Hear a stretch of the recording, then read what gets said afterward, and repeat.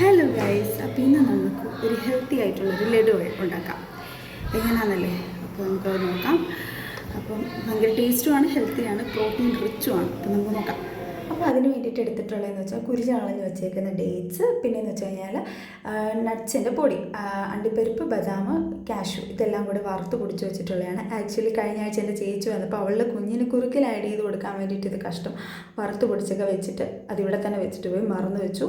അപ്പോൾ അതിന് ഞാൻ എടുത്തതാണ്. പിന്നെയെന്ന് വെച്ചാൽ ഒരു സ്പൂണ് നെയ്യും കൂടി ആഡ് ചെയ്ത് കൊടുക്കുന്നുണ്ട്. അപ്പം എന്നിട്ട് ഇത് മൂന്നും കൂടി നന്നായിട്ട് മിക്സ് ചെയ്ത് കൊടുക്കുക.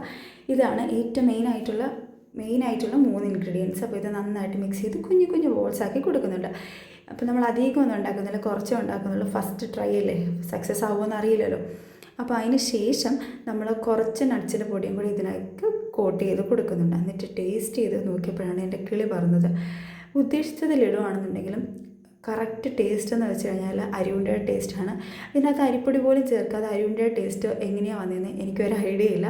അപ്പോൾ എന്തായാലും സംഗതി അടിപൊളിയായിട്ടുണ്ട്. അതിനുശേഷം കുറച്ച് ഇപ്പിയൊക്കെ ഉണ്ടാക്കി കുറച്ച് കാറ്റൊക്കെ കൊണ്ട് പുറത്തിരുന്നു. അപ്പോൾ അത്രയേ ഉള്ളൂ.